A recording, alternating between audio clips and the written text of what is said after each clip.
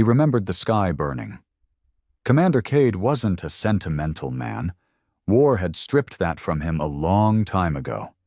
By the time you've buried your third squad under alien moons, all the speeches and flags mean nothing. You survive or you don't. That's it. And yet, as he sat in the scorched remains of the forward outpost on Thessar 9, watching the silent black sky, he couldn't stop thinking about the day the unknown ship first appeared. It wasn't human. He was sure of that. Humanity didn't build things that clean. No markings, no emissions, no transponder, no radiation bleed, not even a shimmer on the LiDAR. It just appeared, like a god blinking into reality. Size of a moon, blacker than space around it, shaped like something that had never touched a planet. The Empire's top scanners couldn't penetrate it. The AI war chief said it wasn't real, and then it vanished. Not warped, not jumped, vanished, like it decided it had seen enough. 3 hours later, the capital planet burned, not invaded, not attacked, burned. From orbit, the feeds showed nothing. No energy signature, no ships, no weapons. One moment, the Imperial Sky Fortress gleamed with 2 billion lives. The next, just dust. The Empire's reaction was predictable. Arrogance followed by panic. They blamed human insurgents. They always did. Humanity had clawed their way into the Empire's fold a few decades ago, mostly through combat and attrition. We didn't bow, didn't assimilate like the others. So they kept us close, like a knife at their belt. And now, that knife was the only thing still breathing. Cade took a slow drag from the filterless stick clenched between his teeth. It was old Terran tobacco, illegal in most sectors, carcinogenic in everyone. He didn't care.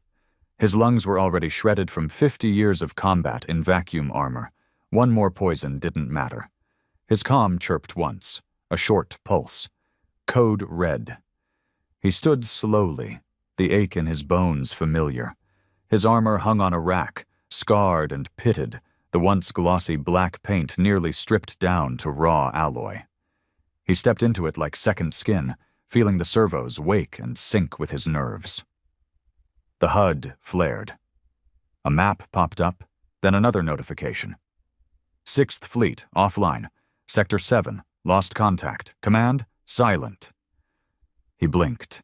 That was 3 entire branches of the Empire's military. Gone. The unknown ship didn't return. No sound, no message, no warning. But one by one, the systems were going dark. Not just power, not just people. History itself was being erased. Empires could endure war. They couldn't survive being forgotten. Cade, a voice cracked through his internal comms. It was Darren, the last intel officer left on Thessar 9. They're saying Earth might be next.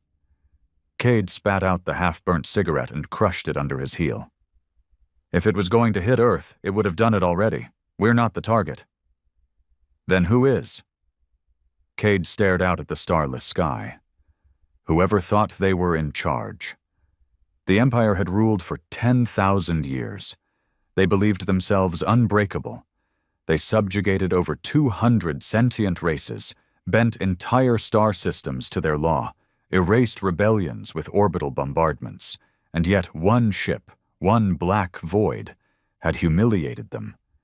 The last fleet response was a broadcast sent from Imperial High Admiral Kurthon before his cruiser blinked out of existence mid-sentence. Cade had replayed it 50 times. Unknown vessel appears to emit no aggression signal, no life form, no physical presence. Wait. The stars behind it are wrong. It's warping light. Oh gods, it's looking at us. It's... Silence. Then static. Cade hadn't stopped thinking about that last word. Looking. Not attacking. Not engaging, just observing. Like it wanted to see how empires died. He didn't care about the Empire, not really. It had enslaved humanity, branded them second-class soldiers, used them as shock troops. But if this thing was strong enough to erase a godlike civilization in silence, what hope did Earth have? The comm buzzed again. This time it was a ground ping, a single word. Descent. Cade grabbed his rifle, pulled the charging lever, and stepped into the open airlock. His boots crunched on blackened soil. He looked up. There were no stars, just a shape blotting out the sky. No engine, no sound.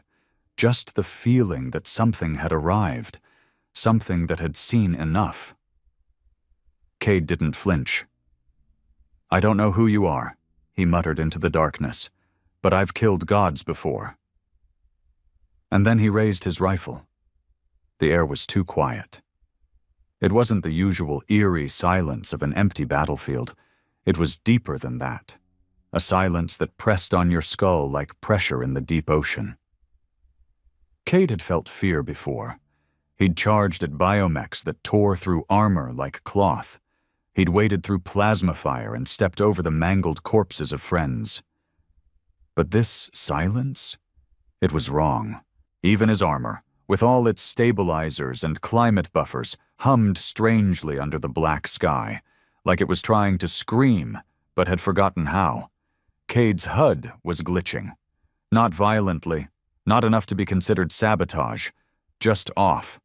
The time display blinked from 00001 to 00000 and back again, like it was stuck in a loop that didn't belong to any system clock. Coordinates spun in place. Atmospheric readings flatlined. No wind, no heat, no gravity flux. Nothing. Still, he marched forward, the rifle gripped tight in his gloved hands. The object, no, the shape, in the sky didn't move. It didn't descend. It didn't grow. It just sat there, blotting out existence, and he swore he could feel its attention. "Thessar Command to Ground Recon Unit 1, a voice came through. It was Darren again. "Is it still above you?" Cade stopped walking. "Not above, just there, existing." "Are you receiving any environmental changes?" "Negative. Feels like I'm walking through a dead man's dream." A pause. Then a sigh. "Cade, we just lost contact with Sector 3 and 4. Gone. Comms dead, power dead, AI links severed. No explosions, no movement, just empty." "That's 8 sectors." "No, it's 12 now. They just lost contact with Sectors 6 through 10. That's over 90 million people unaccounted for." Cade swallowed, his throat dry despite the internal hydration system pumping clean water every 15 minutes. 90 million, he whispered. "That's not war. That's extinction." He could hear Darren's breath on the other end. Shaky. Fast. "I pulled the last sensor drone feed from above Sector 7 before we lost it. I think you need to see this." Before Cade could respond, a visual override flickered into his HUD. The drone feed jittered, corrupted at first, but then it cleared. The footage was shaky, clearly damaged, but it showed the city beneath the observation tower. Cade narrowed his eyes. Everything looked normal for the first few seconds. People moved, cars hovered, lights glowed, and then the shadows deepened. No one noticed at first, not until the shadows started stretching unnaturally, like hands pulling away from their owners. Not like tricks of the light, not like camera distortion. The shadows moved independently. They twisted, slithered, and then they left their owners altogether, staining the ground like black oil. People froze, screamed, ran. But it didn't matter. The moment their shadows left, their bodies stopped existing. Not exploded, not turned to ash, just erased, as if someone hit backspace on the universe. The feed cut to black. Cade stood there, mouth tight, every part of his soldier's brain screaming that this couldn't be real, that it defied physics, that it defied logic. But deep down, something more primal whispered that this wasn't war at all. It was judgment. And whatever had made that ship, if it even was a ship, wasn't here to fight. It was here to end. "Cade." Darren's voice trembled. That footage was 60 seconds old.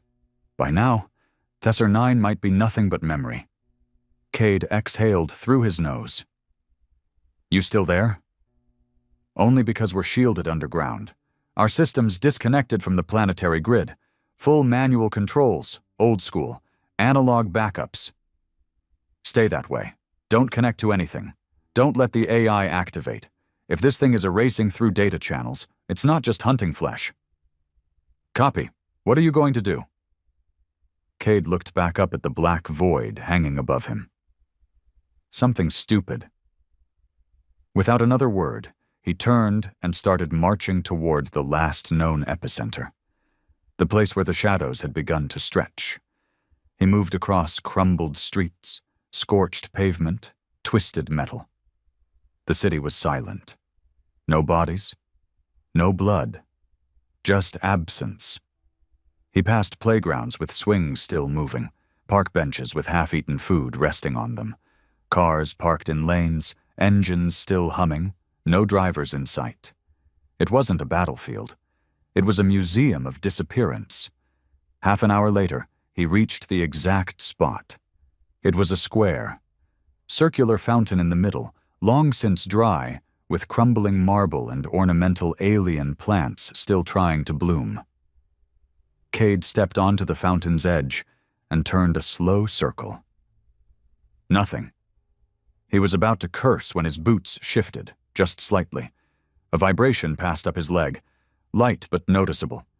He dropped to one knee, pressed his gloved hand against the cracked tiles, and felt it again. A pulse. Not seismic, not mechanical, rhythmic.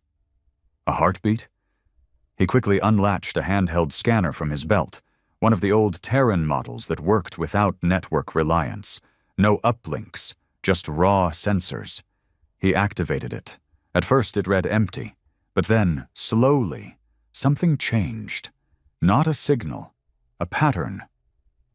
There, in the surrounding walls, beneath the pavement, woven into the very architecture, a lattice. Geometric shapes, circles within circles, fractal lines forming impossible spirals. These weren't designed by the Empire. These were older. Much older. He turned on the scanner's overlay. The spirals pulsed once, twice, then the scanner shut off. Dead. No warning. Just off. Cade stood up slowly. Darren, you copy? No response. Darren. Still nothing. He reached for the emergency flare, lit it. Red smoke hissed out. Primitive. Reliable. Above him the sky shimmered. The shape had changed. No longer just a black void. It had become translucent, semi-visible, like staring at a massive glacier through a storm. He saw angles that didn't belong in 3 dimensions, structures that bent inward and out at the same time. It wasn't built, it was grown or evolved. And in the center of it, movement. Cade zoomed in with his visor. Something stood there, tall, humanoid in shape, but not in motion. No armor, no clothes, just a silhouette of light moving like smoke. It didn't have eyes, but it was looking at him. Cade felt his chest tighten. His armor compressed slightly, detecting a rise in blood pressure and internal stress levels. Not yet, he muttered. Don't panic. He raised his rifle, not in defense, but in defiance. He was a man. He was a soldier. And no matter how ancient or alien this thing was, it had come to a planet where humans still breathed. Why are you here? He growled, unsure if he expected an answer. And then the thing moved. Not physically, but the space around it twisted. The city darkened, as if time itself dimmed. And Cade heard a voice, not in his ears, but behind his thoughts. Witness. The word echoed like thunder inside his skull. His knees buckled. He dropped, face slamming into the stone.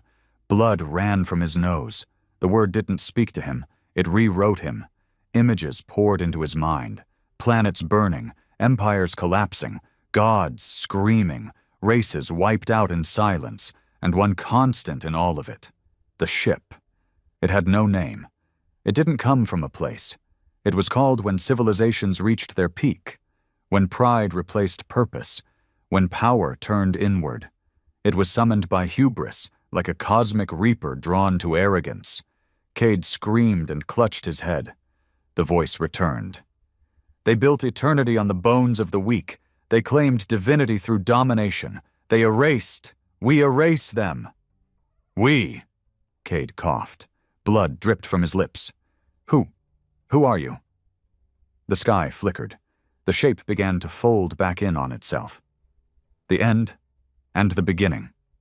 Cade forced himself up on shaking arms. Why spare us? Why not finish it? There was silence. Then, because you remember pain, and you bleed honestly. The light vanished. The sky cleared. And just like that, it was gone. Darren's voice came back, sputtering through static. Cade, are you still alive? Cade collapsed backward, staring at the stars above. Yeah, he whispered, but the Empire's dead. The stars had never looked that sharp before. Commander Cade lay motionless on the cracked tiles of the dead plaza, staring up at the clear sky. The unknown ship was gone, vanished the same way it arrived. No sound, no flash, no trace. But something inside him had changed. Not mentally, not spiritually, physically. His neural link built into the base of his spine was shorting in and out. The HUD across his visor kept resetting itself. Oxygen flow inside the helmet dipped, surged, then normalized. He tore it off with a sharp hiss and gulped the cold alien air. It stung, sharp and metallic, like he'd just inhaled battery acid and regret. His head pounded with what felt like old memories and new nightmares stitched together. Every heartbeat was a drumbeat from that ship's silent scream. The voice still echoed faintly, somewhere behind his consciousness. Because you bleed honestly. He didn't know what that meant. But he knew this. The Empire was over. Still breathing, Cade? Darren's voice broke through the static again. It sounded weaker now, like he was calling from another galaxy. Cade winced, pushing himself up with stiff arms. Barely. What's your status? We've gone dark, fully analog. No uplinks, no AI, no contact with other sectors. We're getting short-range distress pings, but most are just bursts. Half-finished messages, corrupted signals. People are disappearing mid-sentence, like the data of them is being wiped as they speak. Cade looked around the square. It was still empty, still unnaturally clean, as if the people who had once walked there had never been born. He clenched his jaw. I saw it. The thing. Whatever it was. It spoke to me. You mean, like, telepathy? Number like being rewritten. It forced a memory into me. Or maybe it was never a memory at all. Maybe it was a warning. Darren was quiet for a long moment. Then, what did it want? Cade stood, cracked his neck. His back screamed in protest. It didn't want anything, he said slowly. It came to finish something. Something it's done before. A low hum came through the comms. Not from Darren. Not from anywhere known. Then silence. Cade froze. Darren, you still with me? The silence stretched. Then a voice, barely audible. Not Darren. It was an old voice. Male, human, strained. This is Commander Alric West, Earth Defense Council. If you're receiving this, you're one of the last... It's not a weapon, not a ship, it's a consequence. The feed cut out again, then static. Cade's eyes narrowed. He knew that name, Alric West, a name that hadn't been spoken aloud in over 3 decades, one of the first human generals to ever serve in the Empire's High Council. He vanished during the Vorn rebellions, presumed dead in a sabotage incident deep in Sector 2. But if this message was real, he was alive, or had been. A consequence. That word stuck in Cade's brain like a splinter. He began walking, away from the plaza, back towards the old comm tower, the one Darren had fortified with analog systems and thick EM shielding. Each step crunched over broken glass and scorched metal, but still, no bodies, not even bones, like they'd been scrubbed out of time. "Cade," Darren's voice returned, this time tighter. "You need to get back here, now." "Why? What happened?" "We just decoded an automated substream. Old Terran. Buried under the standard Empire distress protocol. Took me half an hour to strip the encryption." "From who?" "It's signed Project Ashwinter. Ring any bells?" Cade stopped walking. His pulse spiked. That name hadn't been spoken in nearly 20 years.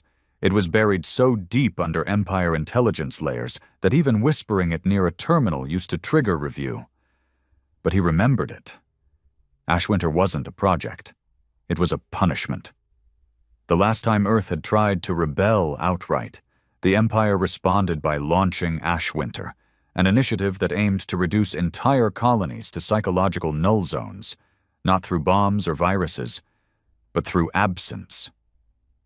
"Send me the file," Cade muttered. A blink later, it hit his visor. "Secure file. Ashwinter Prime. Do not decrypt in linked network. Subject, Observation Class Entity Designation, null form. Date, 76 years prior. Entity appears not to move through space, but through memory layers. Contact initiates timeline degradation. Primary trait, unrecordable observation. A civilization becomes aware of it and begins to forget itself. Target civilizations are not destroyed through violence, but erased through recursive non-existence. Initial traces date back millennia. Cultures report similar descriptions. A black void, a silent watcher, arrival followed by vanishing, then collapse of societal memory. Artifact records break. Family trees sever. Collective identity fades. In one case, a species reportedly woke up in ruins with no recollection of ever being an empire. It does not kill. It unhappens.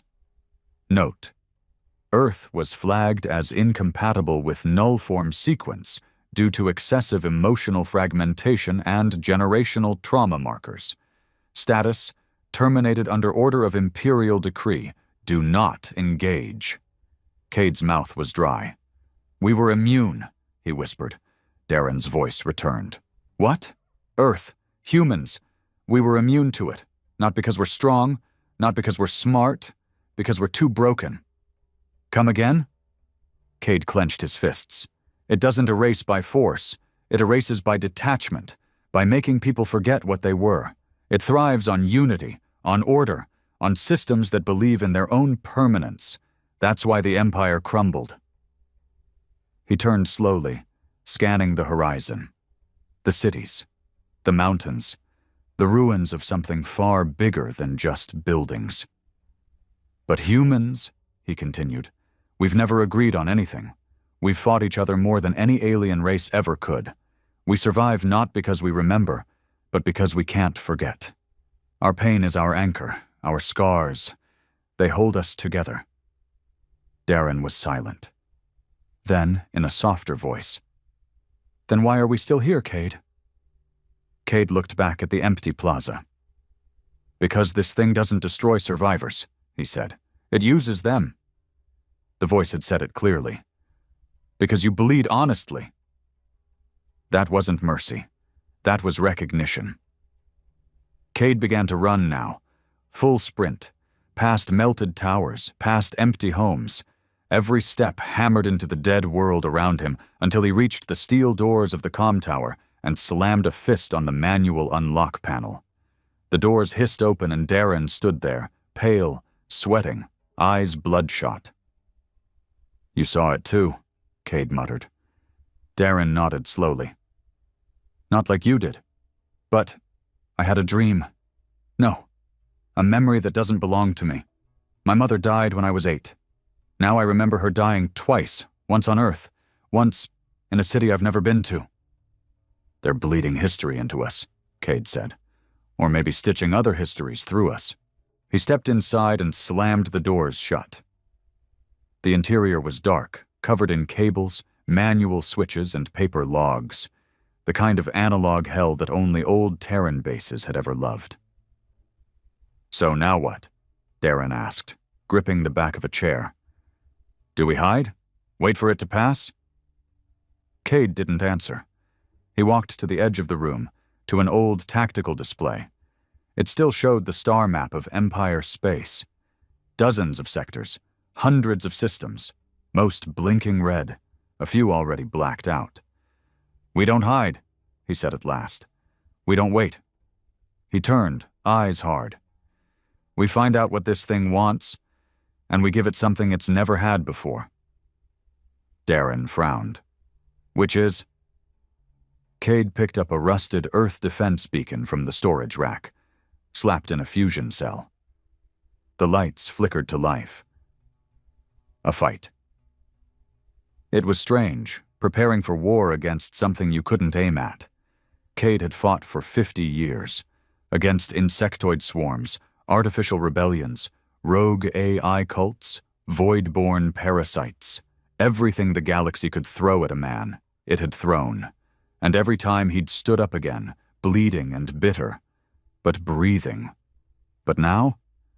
Now he was preparing to fight something that didn't exist in the traditional sense.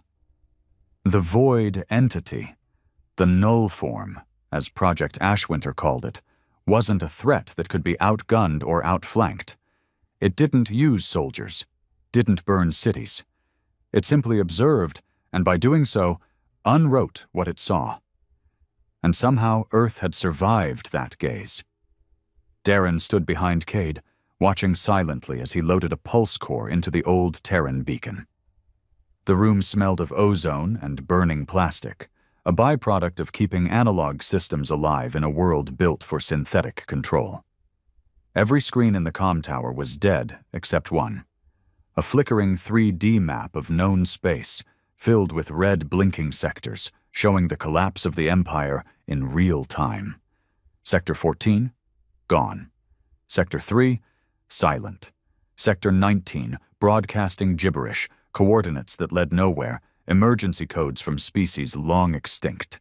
Cade stabbed a wire into the map's core socket, causing the image to flicker, then expand. "Here," he muttered, pointing. Darren leaned in. "What is that?" "Old Earth defense outpost, pre-Empire, deep in neutral space, just past the edge of the Ura dust line.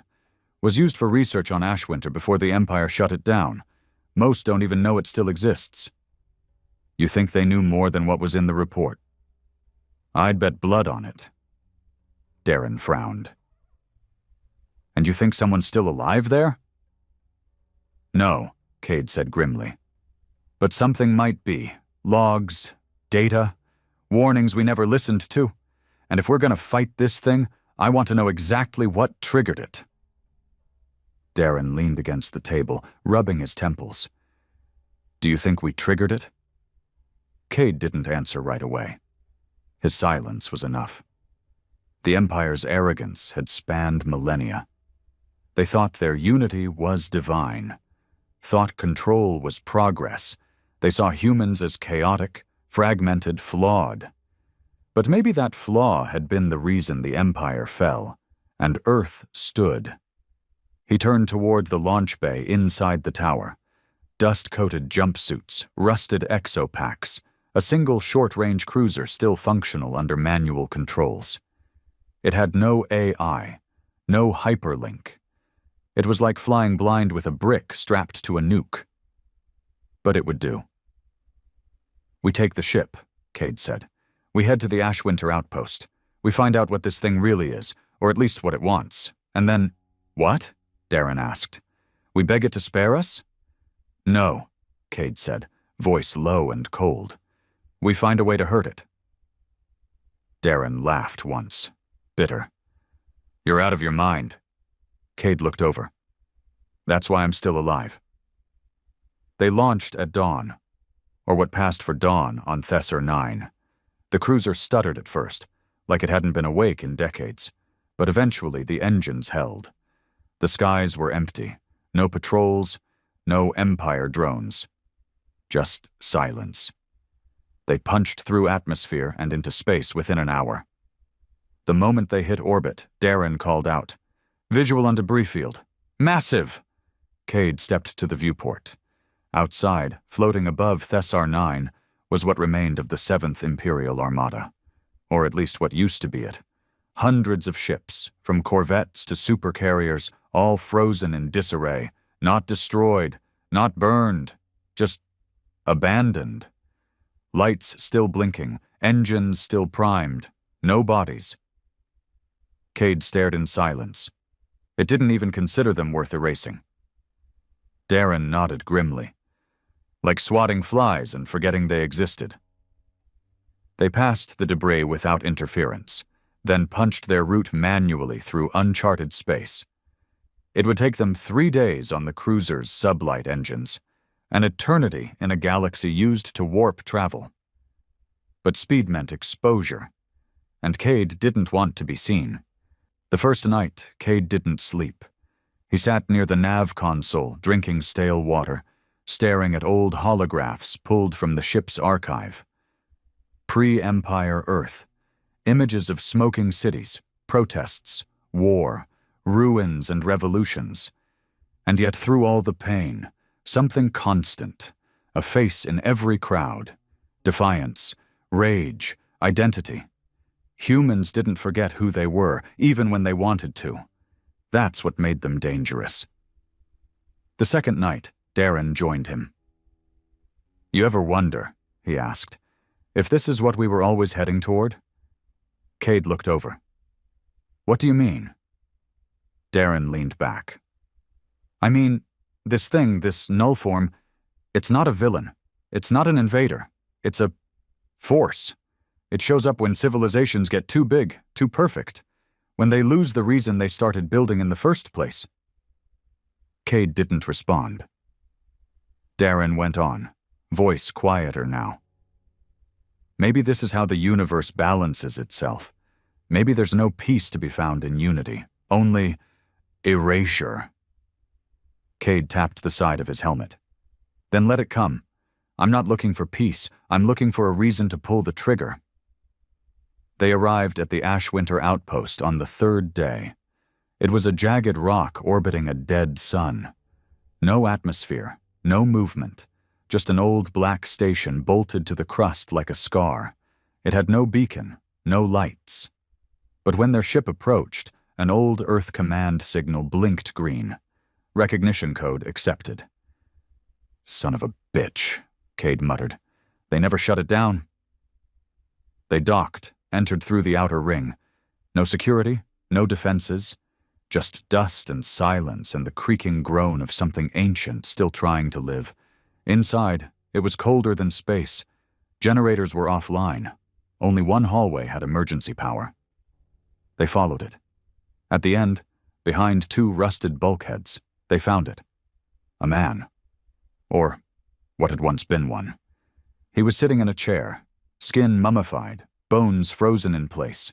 A tattered Earth defense uniform hung from his frame. His face was shriveled, mouth open, eyes long dried out. But in his lap, clutched in bony hands, was a drive. Darren stepped forward and took it. "No," Cade said. "Let me."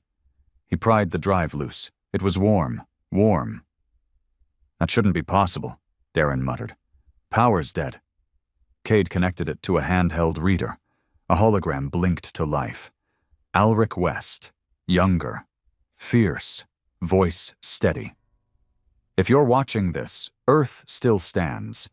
That means you've seen the ship, and you're asking the same question I asked 50 years ago. What is it? It's not one thing. It's the collective echo of 1,000 dead civilizations. They didn't die. They were consumed by their own reflection. This entity doesn't destroy, it mirrors. And when a species stares into that mirror long enough, it forgets how it started. They forget hunger, pain, grit. They forget how to bleed. That's when the null form arrives, to finish what pride began. But humans? We never forget pain. We build homes out of trauma. We stitch our history from ashes. That's why we survive. Not because we're strong, but because we're ugly enough to remember." Cade stared at the flickering image. Alric was speaking directly into the soul of what humanity was. "You want to kill it? You can't, but you can fight it. You can remind the galaxy what pain looks like, what blood feels like. You carry that with you. That's your gift. That's your weapon. You don't beat the void by hiding from it. You face it, and you bleed honestly." The feed cut. Silence. Cade exhaled, chest tight. "We don't run," he said. Darren nodded slowly. "We show it we still remember." Cade turned back toward the ship. "Prep the broadcast array. We're going live." "Going live to what?" Cade's eyes burned with fire. "To everything. What's left of the Empire? Dead systems, scattered humans, the whole galaxy." "And say what?" He stopped in the doorway. "We say, the void came for us, and we're still here." The broadcast array groaned like an old god being forced out of sleep.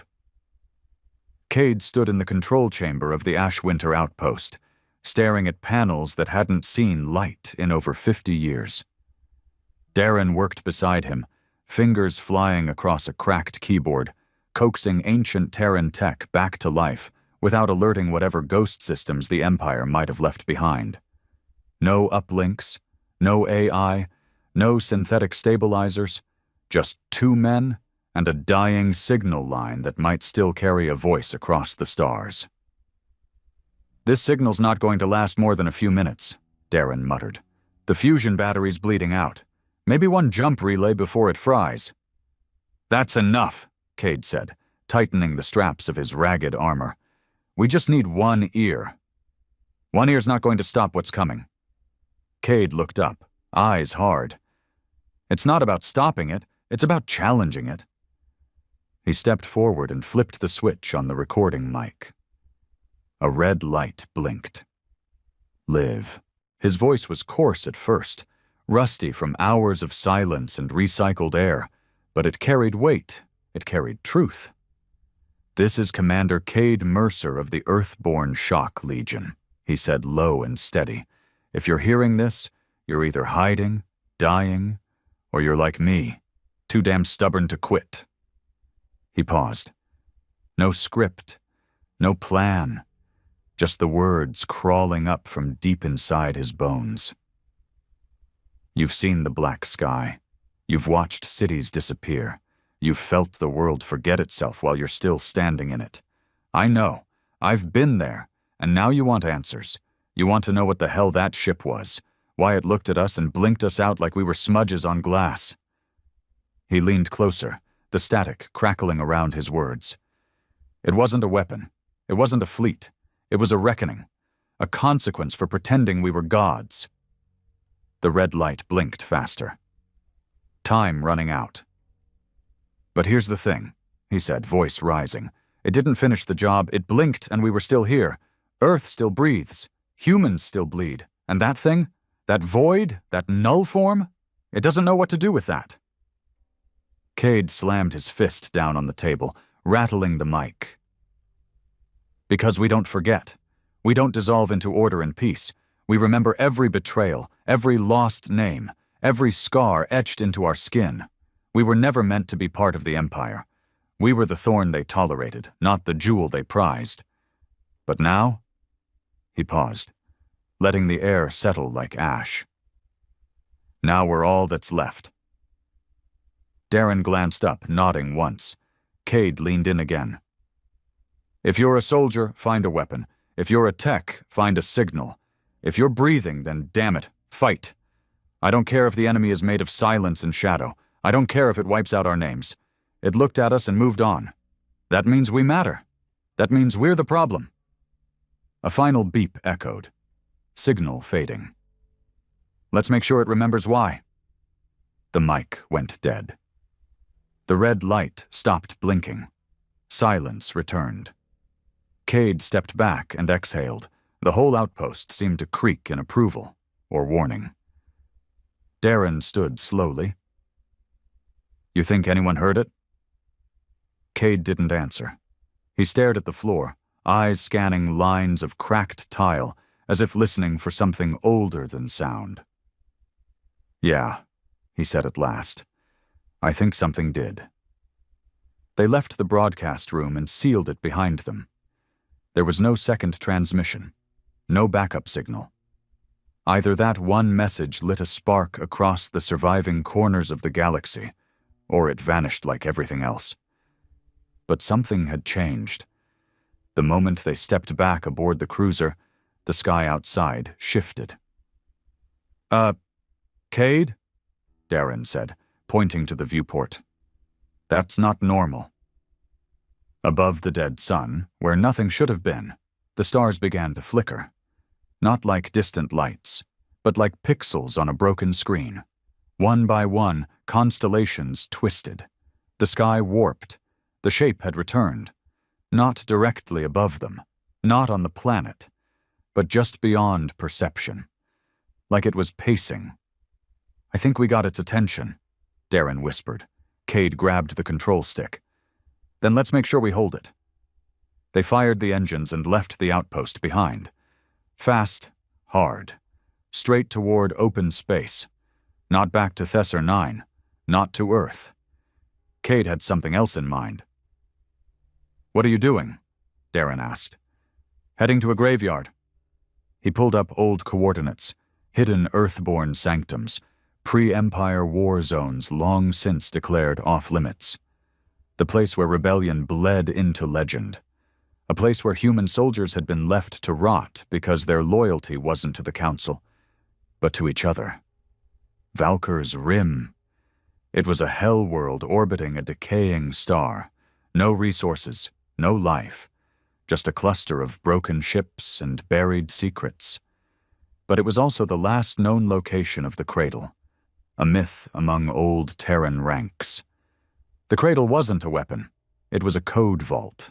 A black box storing the darkest fragments of humanity's war record. Strategies banned by the Empire, biological triggers, fear viruses, memory collapse protocols, all the things that made humanity too volatile to fully trust. The kind of things that might rattle a god. We're going to awaken something that was never meant to be touched, Darren said. Cade adjusted course. Good. 3 days later, they dropped out of sublight just above the rim. The system was dead, silent, but the graveyard was still there. Thousands of ships scattered like bones in orbit, all fused together by time and radiation. No lights, no movement. But deep inside the field, one signal pulsed. The Cradle. They slipped through the wreckage, scraping hulls, bouncing off debris. Finally, they reached a long, dead dreadnought split down the middle. Inside it, hidden beneath armor and melted steel, was a single black cube. The Cradle. Darren stared at it. Do we even know how to open it? Cade pulled out the drive from Ashwinter. No, he said, but I know who does. He inserted the drive into the cube's interface. It pulsed red. A low hum began to build in the chamber, vibrating through their boots. Then a voice spoke. Authorization. Earthborn clearance Alpha Tau 7. Memory trigger unlocked. Defense code. Black Sun Initiative. Darren took a step back. Oh hell, that's real. Cade didn't blink. It's all real now. The cube unfolded. Inside it were dozens of small chips, each encoded with history the Empire had tried to erase, each one a nightmare in data form. One of them pulsed with blue light. Cade picked it up. Its label was burned, but he didn't need to read it. He could feel what it was. Fear. Not information, not logic, not tactics. A raw, weaponized emotion designed to trigger existential dread in any species it touched. Made in the first days of Earth's war with the machine gods of the Arctari Belt. The last time humanity had faced something that didn't understand pain, and made it understand anyway. He looked at Darren. "This thing wants memory," he said. "Let's give it the worst of ours." "You're going to upload that into the void?" "No," Cade said. "I'm going to carry it into its shadow, and let it look into me." The ship shook. The lights flickered. Outside, the stars bent. The shape had arrived. Closer now. Watching. Waiting. Cade clenched the chip in his fist and walked to the viewport. "Come on then," he muttered. "Let's see if gods can be afraid." The stars had stopped moving. From the cockpit of the stolen cruiser, Cade watched as the galaxy seemed to pause. No spin, no drift, no pull. Time itself felt like it had stepped out of the room and closed the door behind it. The void had arrived. It didn't scream into orbit. It didn't roar. It simply was, hanging above Valkyr's rim like a second sky, larger than anything natural, its surface pulsing with inverted light. It wasn't black. Black was absence. This was inversion.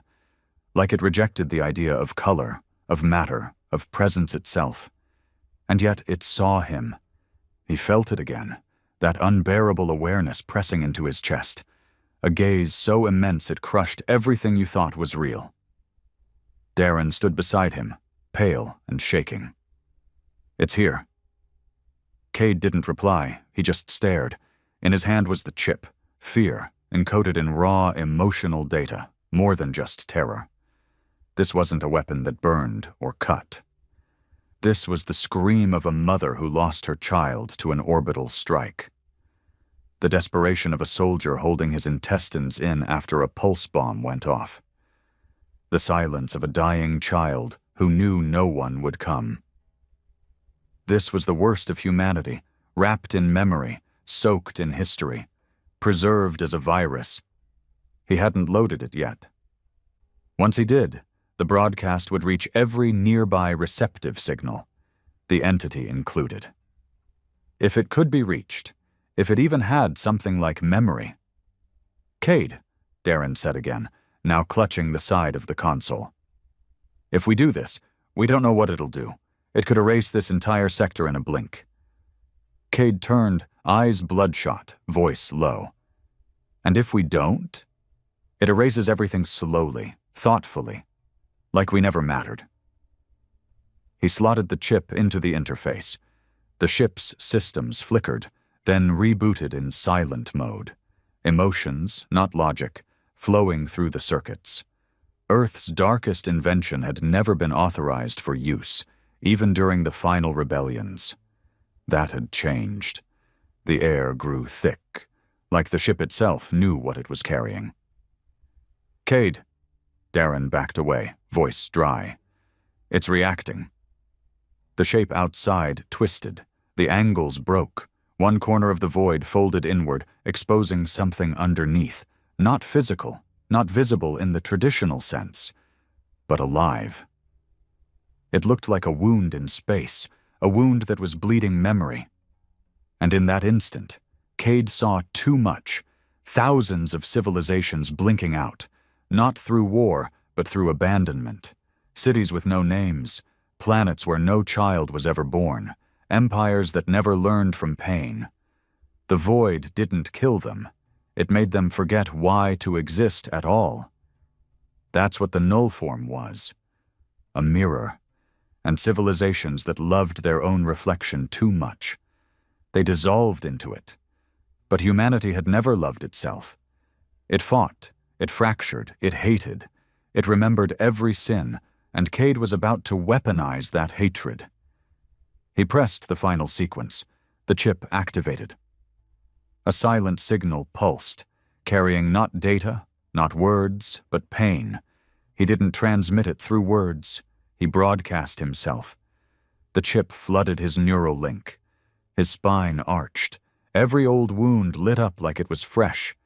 He saw old battles again, his friends screaming beside him in the trenches of Eridus 7, the day he watched an entire civilian convoy get melted by the Empire for loyalty confusion, the time he shot a child because she'd been rigged with proximity mines by a dying resistance group.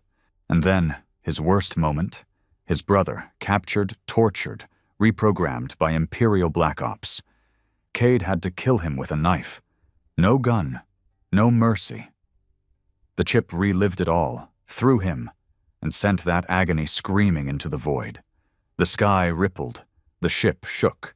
"Cade!" Darren screamed, grabbing him as he convulsed. "Kill the signal!"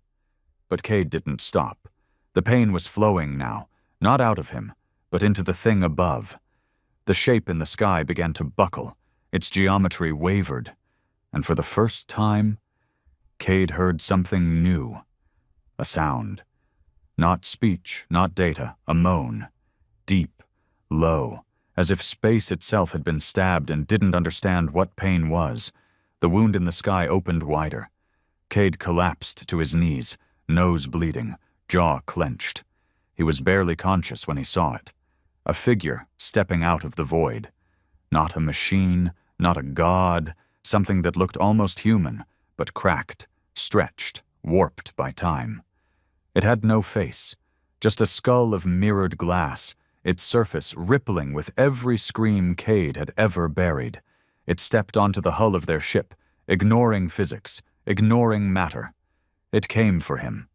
Darren backed away in raw panic, shouting into the void, firing his pistol in blind instinct. The shots passed through the creature like mist. It walked to the viewport, pressed a mirrored palm against it, and time stopped. Literally, the lights froze. Darren's body hung mid-motion, suspended like a photograph. Only Cade could move. And in his mind, a voice, not like before, raw, confused. "Why do you scream?" Cade forced himself to stand. He staggered towards the viewport, face inches from the figure's reflection. "Because I remember." "They did not. I'm not them. You carry grief. I carry humanity." The figure tilted its head, glass face flickering with thousands of faces, flickering like broken channels. "You survive through agony." Cade pressed his bloody hand to the viewport in return. "That's what makes us real." The creature's reflection twisted again.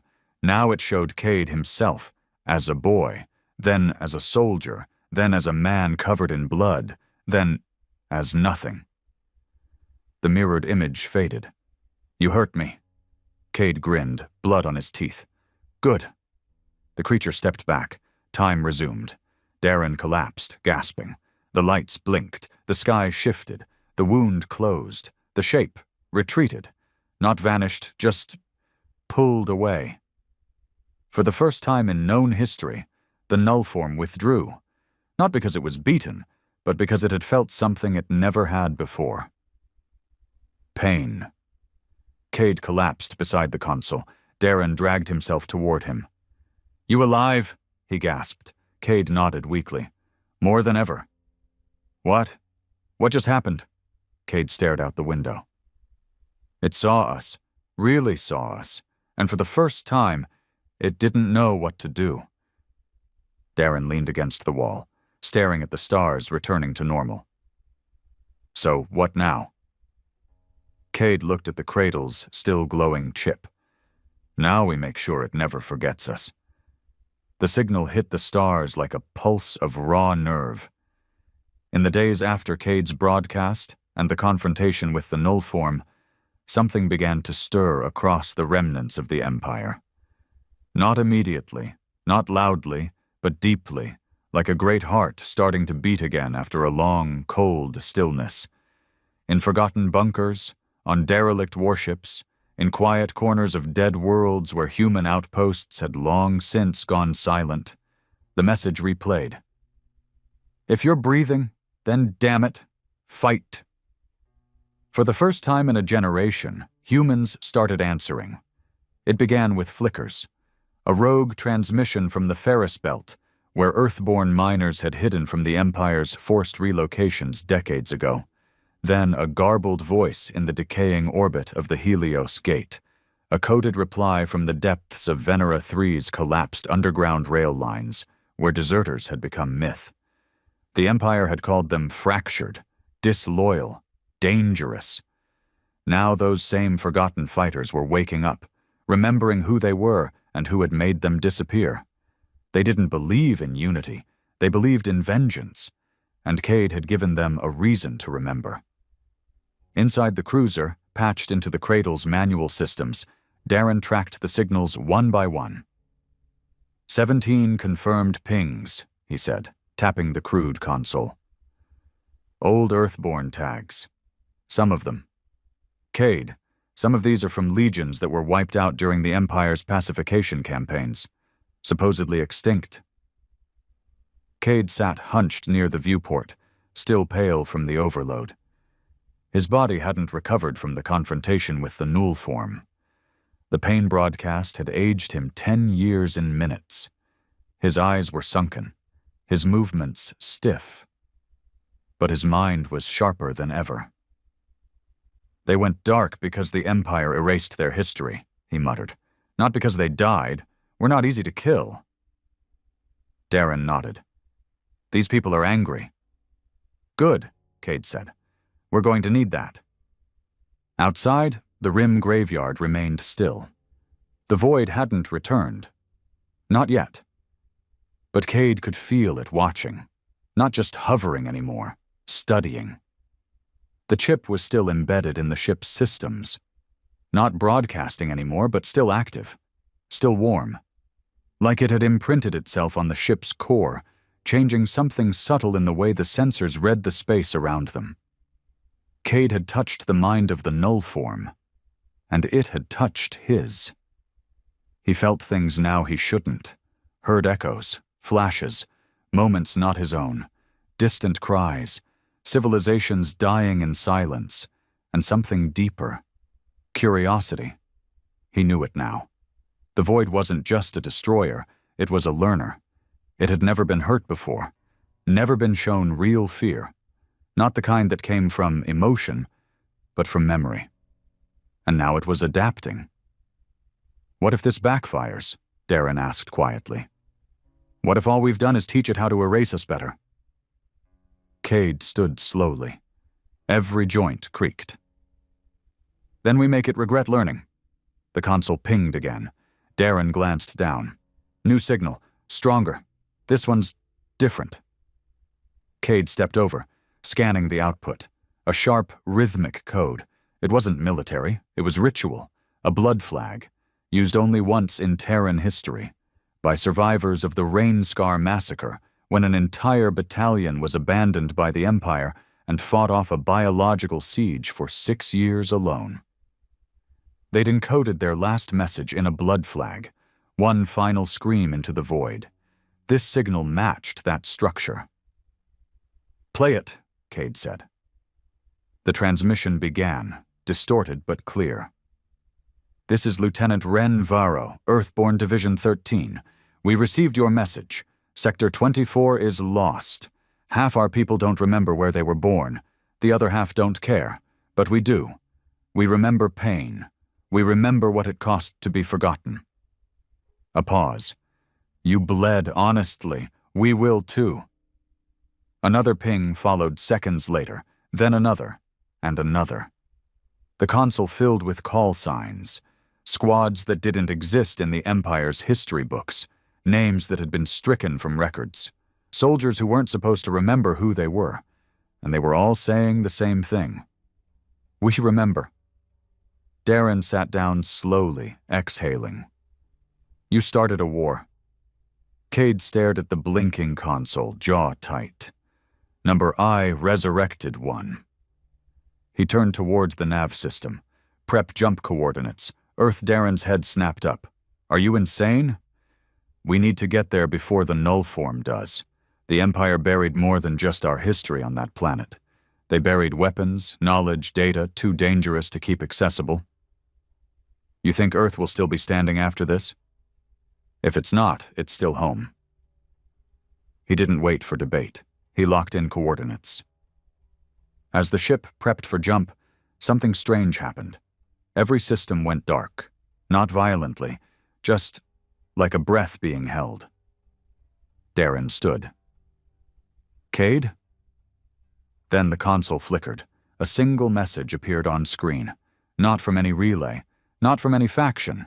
Just a line of text that should have been impossible. I saw you. Cade stared. The ship vibrated. Not physically, internally. He could feel the null form again.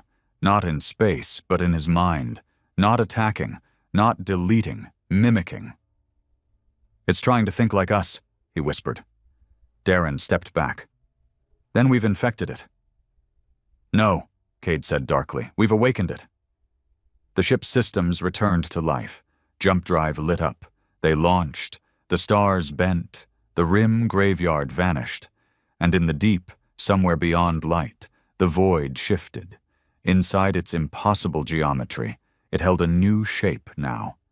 A memory. A shape that looked like Cade. They dropped out of sublight 2 systems short of Earth. Not by choice. Something dragged them out. No alarms, no impact, just a sudden stop. Cade grabbed the control stick. Report? Darren stared at the external feed. Cade, this is bad. Outside, the stars were gone. Not covered. Gone. In their place, reflections. Dozens, hundreds, maybe thousands of Cade's last broadcast playing across space, like echoes on mirrors, each one slightly different. In one, Cade screamed. In another, he wept. In another, he bled from the eyes as he raised his rifle. The void was replaying him, studying his rage, learning his pain, feeding on it, and shaping it. Cade, Darren said, voice cracking. It's not trying to erase us anymore, it's trying to become us.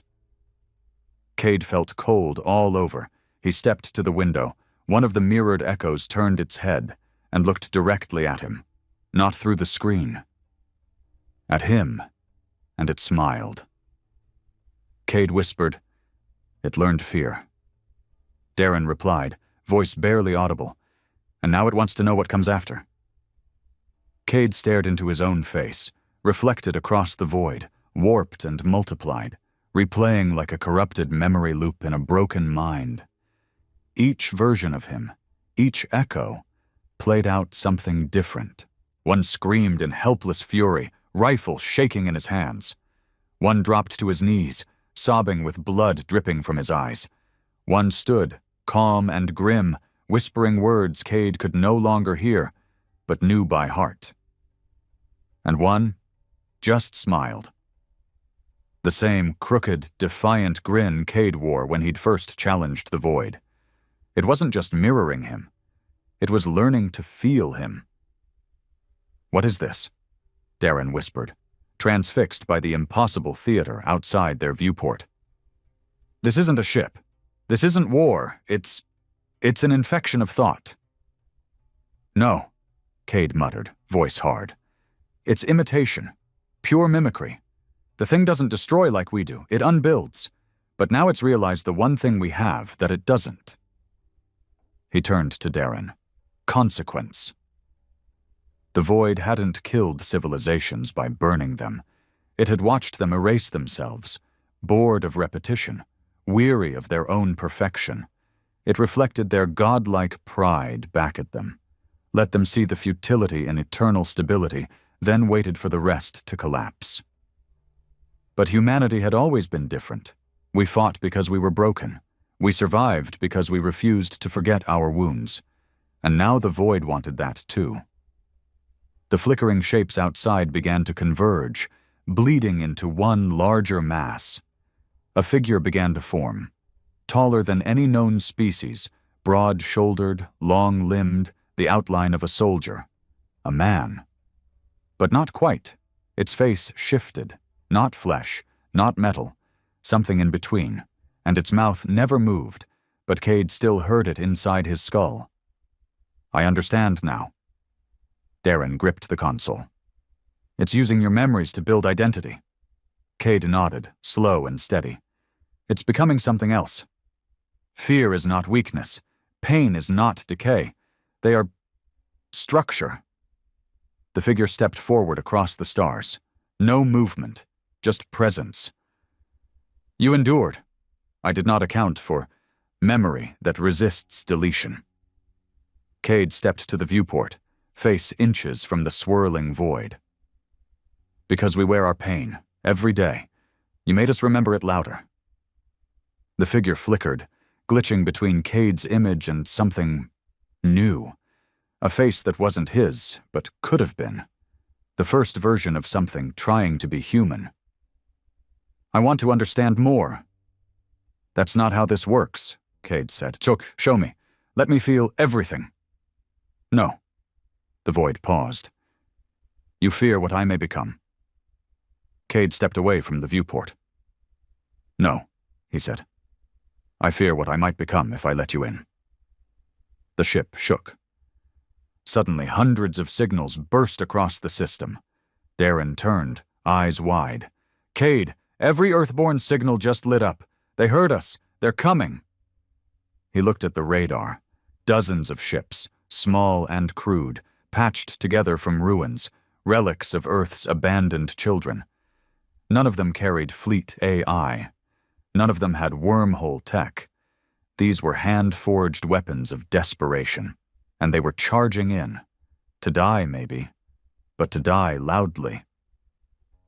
They're broadcasting something, Darren said, tapping a feed. Old Earthborn war code, a single line. He played it aloud. It echoed inside the cabin like thunder in a tomb. You looked into us. Now look into our wrath.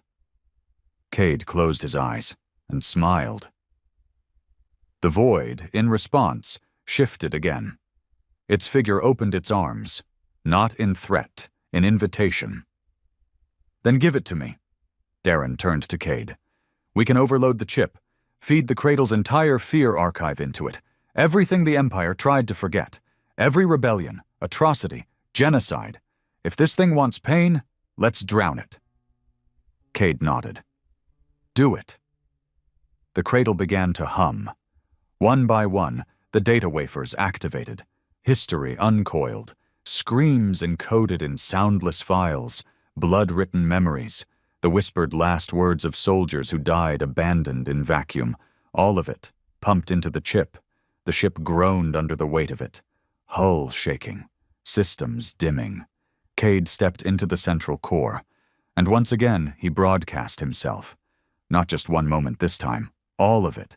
He opened the floodgates of human suffering. His spine arched, vision blurred. But he didn't scream. He remembered. He remembered the child he couldn't save, the men he left behind, the orders he followed that cost a city. He remembered being called subhuman by the Empire for being born on Earth. And he pushed it out, into the sky, into the thing that wanted to become like them. The void figure convulsed. Its mirrored face cracked. It screamed, a real scream, ragged, low, trembling with something alien. Emotion. The Earthborn fleet fired. Crude projectiles, magnetic warheads, makeshift nukes. None of it would kill the thing. But it hurt it. And that's what mattered. Cade kept feeding the archive, pushing his memories into the void. He felt it push back. This pain, it burns. That's what makes it real, Cade hissed through clenched teeth. Why would you carry this? Cade bared his teeth. Because it's the only thing we've ever owned that no one could steal. The light grew brighter. The screams got louder. The creature's body began to break down, each layer of its imitation self peeling apart under the weight of emotion. Not just fear. Guilt. Regret. Love twisted into rage, things it had never known. Cade fell to his knees, his pulse dropped, blood streamed from his nose and ears, the console burned, the ship began to fall apart. Darren shouted behind him, Cade, we need to go. This ship can't take it. But Cade stayed on his knees, because something was happening. The figure wasn't just breaking.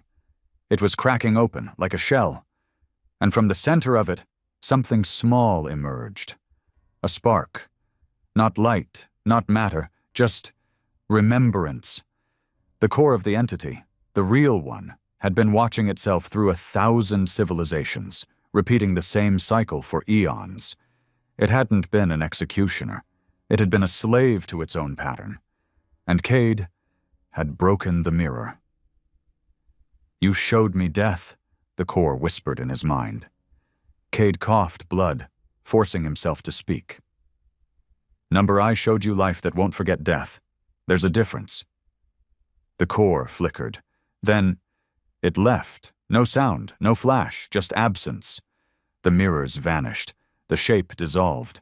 The void withdrew into itself and disappeared. Cade collapsed. Silence fell. The Earthborn fleet floated above him. Fires flickered on half their hulls. Makeshift weapons melted or jammed. No celebration, no cheers, just breathing. And that was enough. Cade woke up 2 weeks later in a field hospital on a reclaimed Earthborn outpost. His right arm didn't work. His left eye was gone. His spine would never fully heal. But he was alive. Darren sat beside him, holding a datapad. "It's gone," he said. Cade nodded. "And?" Darren hesitated. "It left something. A data imprint. Not dangerous, just a shape. A name. They called it First Memory." Cade looked at the ceiling. The stars above were real again. Then it understood. Darren looked over. "What now?" Cade turned his head, slowly, painfully. "Now we teach the galaxy what happens when you try to erase people who remember how to bleed." He sat up, one vertebra at a time. "I'm not done yet."